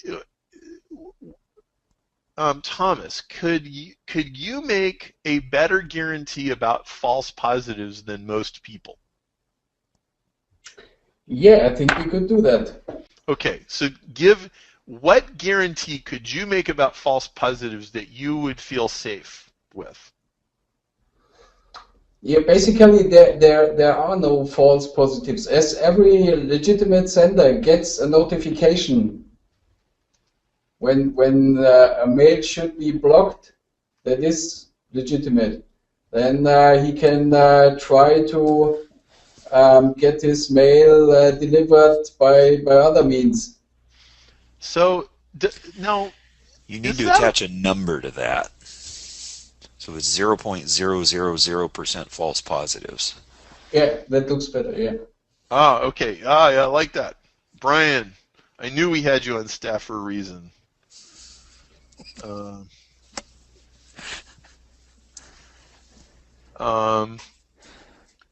right. Okay, one false positive can anger a customer, kill a deal, silence a referral, create an emergency, Yeah. trigger an angry staff meeting. Right? Yeah. Very Okay. good. You go with us. $1,500 first time, $300 a year after that. No false positives. Mm-hmm. Okay? Guaranteed. Okay? Like, false positives are utterly unacceptable. Right? You should never put up with them. Right? Okay, what else can you guarantee for 50? What else is better in your product than the other guys? The other points were the integration of the spam assassin, but that's not, well, that's difficult to monetize. Okay, so we'll just mention it. Spam assassin for Windows. And is it because it's really good? Yeah, it does an excellent job when filtering emails because it combines several methods. Okay, cool. What else is unique about your service? Yeah, the third thing we had is the pricing, but yeah, I think that's difficult, and maybe we should look for other features than the pricing. Yeah, okay, so let's think value add. So Yeah, here's exactly. here's where we need to go with this. So if we interviewed 100 IT guys about their spam efforts, what are they still really upset about with most solutions? The maintenance and administration overhead. Oh, perfect. Tell me about that. What is it? Why is it? Tell me about it. Yeah, with other solutions, administrators often have to unblock emails from the quarantine as there are false positives.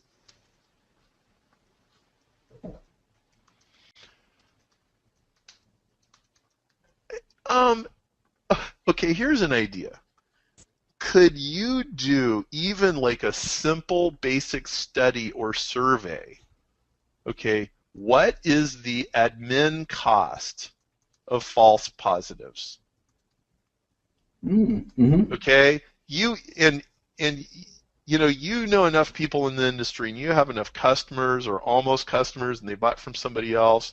You could like send some emails tomorrow morning. You could say, how many hours a week does your staff spend on, just like unquarantining stuff and, and all of this? And they come back and they say, well, it takes 2.5 hours a month.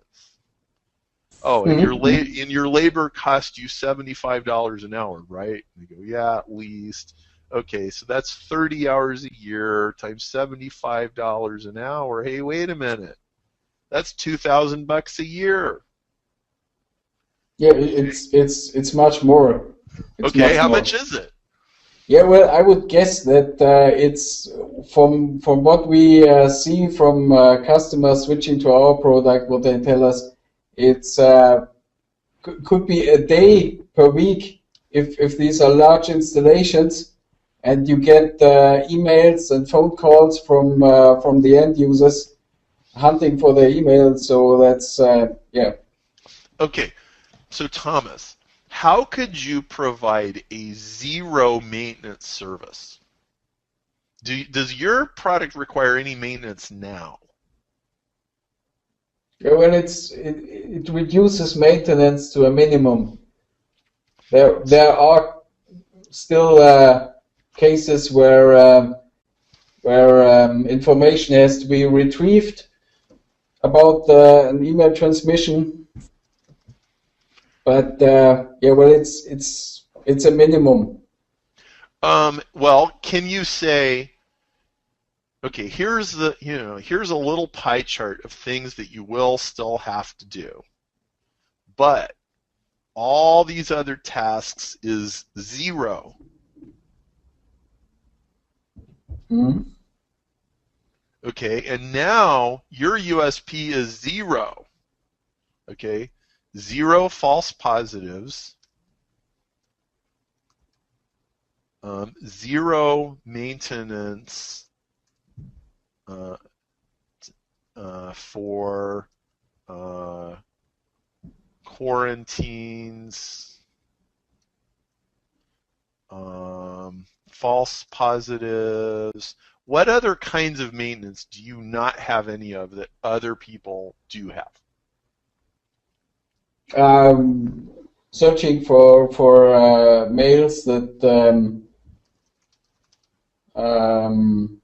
that did not arrive. But yeah, but that's the false positive case. No, the other thing is spam mails still getting through. Mail? Spam mails that still get, yeah.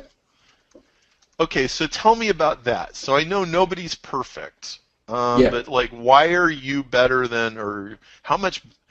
Don't tell me why. How much better are you than everybody else, and can you prove it?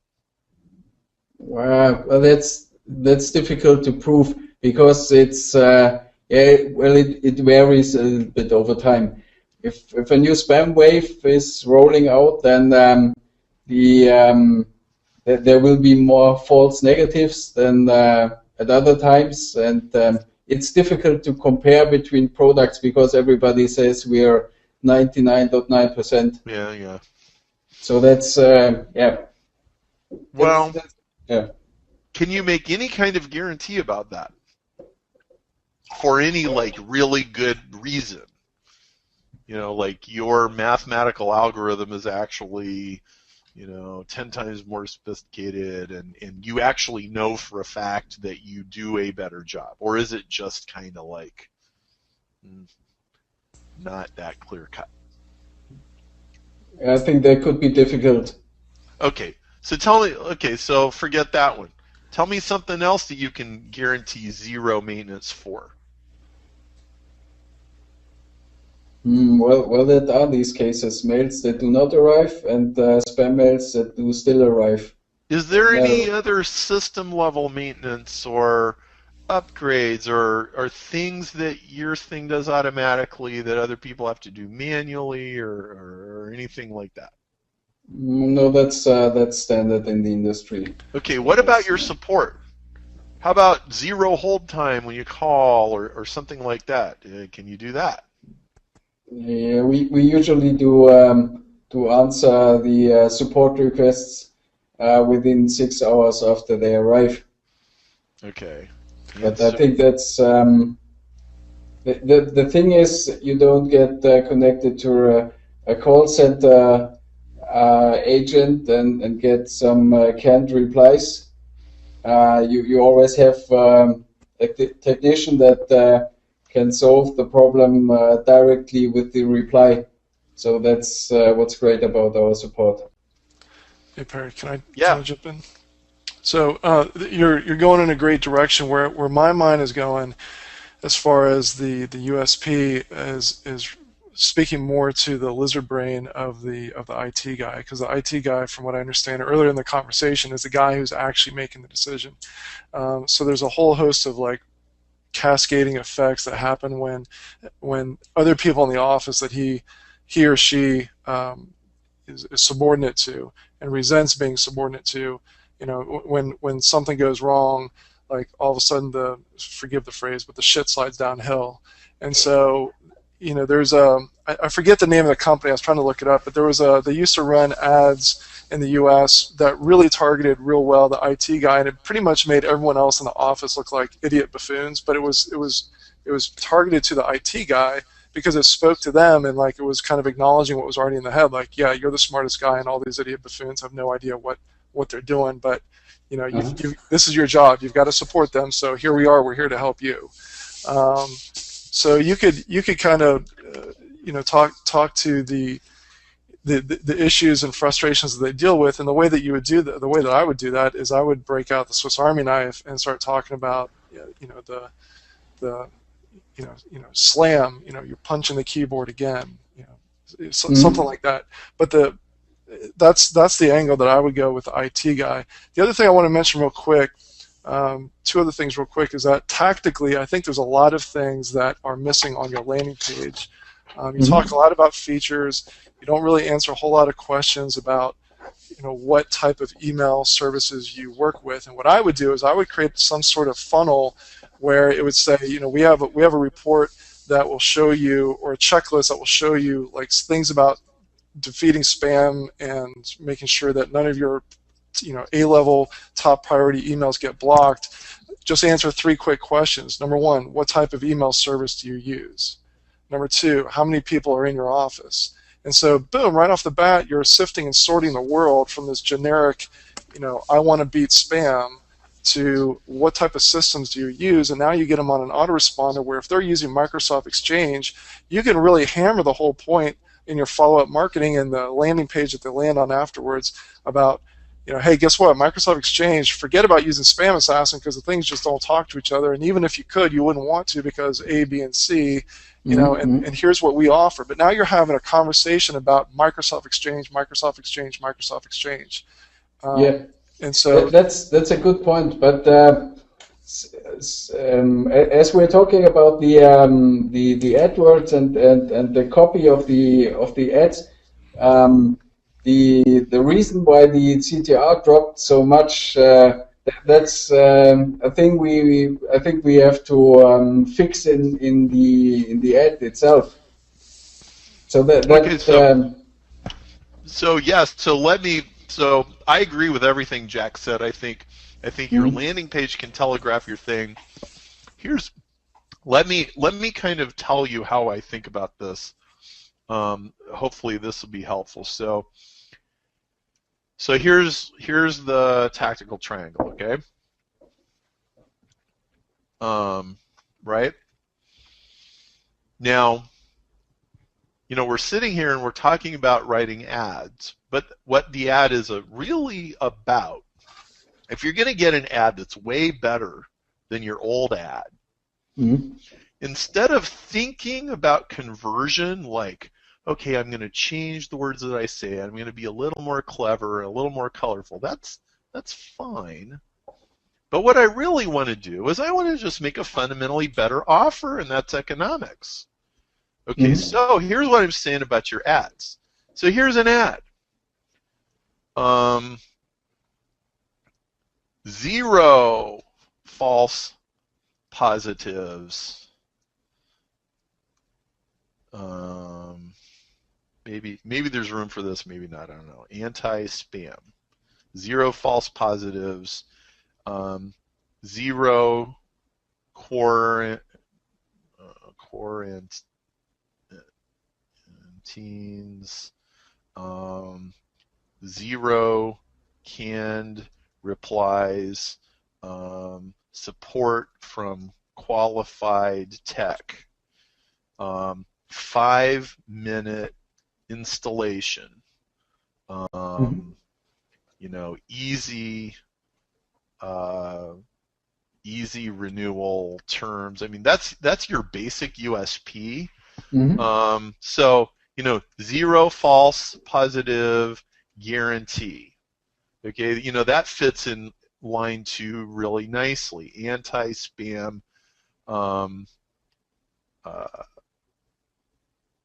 Boy, I like the 0 thing. Now, that doesn't mean the world's gonna like it when you actually test it. I mean, I don't know. But I think that the word 0 is a very powerful word. Yeah. Okay. 0 false positive guarantee, 0 positives guaranteed, 0 quarantines, and 5-minute install. www. blah blah. Okay, now we're saying something fundamentally different, because what was our keyword? It's the anti-spam exchange, or spam filter exchange. Okay, anti-spam exchange, like 2010, like that. Okay, so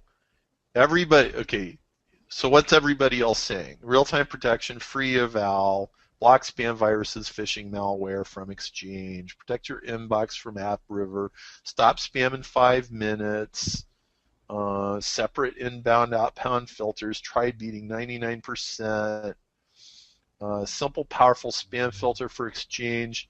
So these guys are all basically offering features and free trials. You're offering results. Okay, and that's what makes your ad better. Okay, it's not so much the cleverness of your copywriting. It's like, well, can I tell in literally 10 seconds which one of these guys is head and shoulders better than everybody else? That's really it, and that's your offer. That's the economics, the fundamental value in your USP. Jack, Brian, any other little twists that you want to add to this to write a couple more ads maybe, or?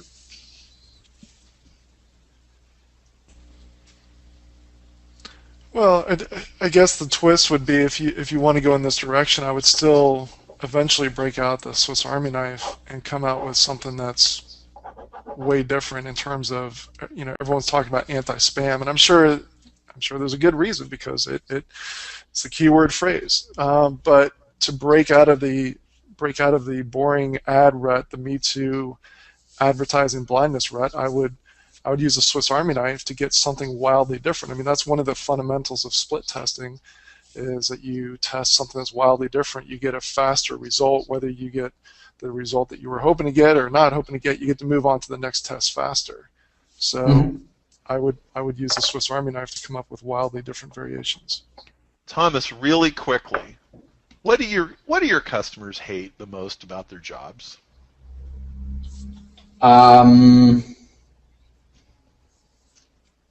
I would say getting calls and emails from their customers, their end users, to unblock or search any lost emails. Okay, so great.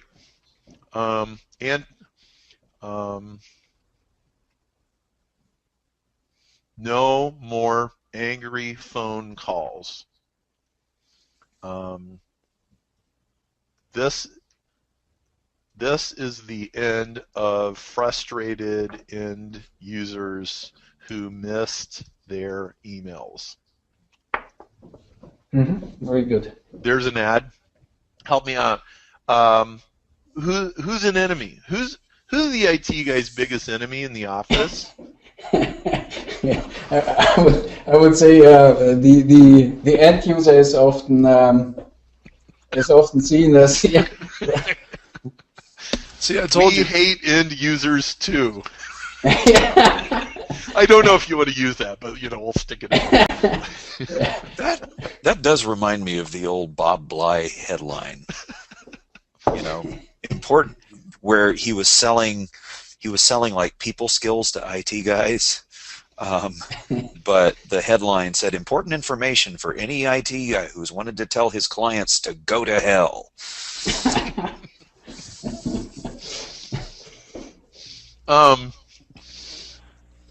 They're dumb, but they pay the bills.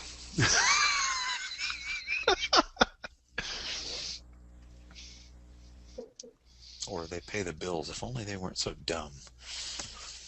How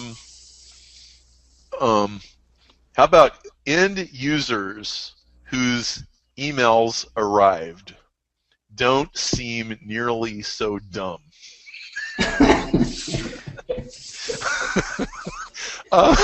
Now, you can honestly try this. I mean, yeah, well, at least it's an eye catcher. Yeah. Or it's, it might end up as a cart. I mean, if it gets at least an acceptable click-through rate, it might end up being a cartoon on your website. How about this? How about this? This is a play on the whole phrase. There is no such thing as a stupid question. So you can say, stupid questions do exist. This will get you a lot less of them.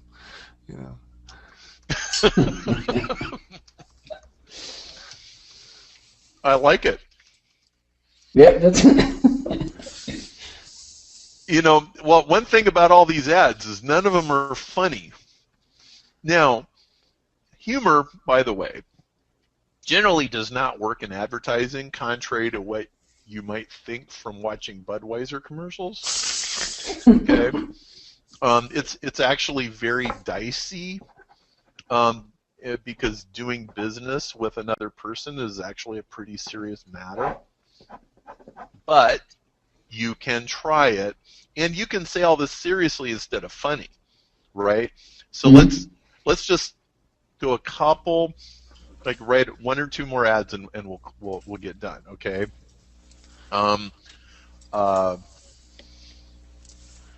One exception. Users, One exception to what Perry just said is when you have a video go viral on YouTube, and I would point you to dollarshaveclub.com. I mean, it completely launched the business. But anyways, go ahead, Perry. There are those exceptions. How about 0% end user frustrations? End the phone calls about false positives. Yeah, great. Okay? Yeah. And so what I want you to do, and the other guys are actually going to come on next week too. We thought the other guys were going to come on, but they actually needed more time to implement and test. I know one guy just got his ads running he had to go to his client and do all that stuff, and he finally got his ads running this week. So when we get back together, whenever it is, it's a couple weeks, I think, from now, we'll start reviewing like what's all worked. But Thomas, I just want to highlight the fact that we are really reinventing your business and your product, and it probably, the thing about software is that how much it's worth is like completely subjective. Yeah. Right? Like, especially when it comes to pricing. I mean, how do you price software? Exactly. Like, there's lots of companies out there that sell like $100,000 software licenses, and their software isn't necessarily any better than something that's free or $100 or I mean, the elasticity is huge, and it's immense. And like, whether you charge $200 or $20,000 is a lot squishier than you think. And so I would seriously encourage you to, try $1,000 or even $2,000 price on this, and just make a really bold guarantee. And think of it like this: like, if an early test worked out well, and you're like, wow, I'm actually getting people at $1,500 a piece, you go, well, hey, let's hire another support person, or guarantee, like, answer your questions in 1 hour and raise the price to $2,500, and like, just make the best doggone offer in the whole industry. That's obviously head and shoulders. I mean, and this is how you leapfrog. It's a leap. You just leap over what you used to do and who you used to be. And your product may not have to change at all. Just like Chris's basic function of what he does for his customers, he adds a few steps. Basically, he's got a qualification on the in the beginning part where they're filling out an application. He's not taking everybody, and the ones he does take, he goes through more steps, which he already does this for a lot of people anyway. He's just going to do it maybe for everybody now instead of half or a quarter of the people, and he's going to make a big ballsy guarantee. Okay? It seems like a lot of these seemingly AdWords-related issues are in fact USP and positioning thing. Welcome to life in the business world. Yes, that is almost always true. And so, congratulations to everybody who learned the ABCs of direct marketing by split testing and, doing all the things I teach in the AdWords book. But now we're stepping up a whole level, and we're saying, how do we create businesses and offers that are just fundamentally so much more attractive to the whole world that HomeAway can't possibly compete with you, or or your guys, who are they? Spam Assassin. Their names. Spam Assassin, or these other guys. So. You can do it. Just a little resourcefulness and a little elbow grease. So let's talk to you again in a couple weeks and let us know how it's going. And and if you get some surprises, you hit some bumps in the road, we'll give you some more tips, and we'll keep going. Okay, very good. Thanks for having me on the call today. Thank you, sir. Great to have you. Thanks, everyone. Adios. We'll be back in a couple weeks. Thanks for being on today. Take care.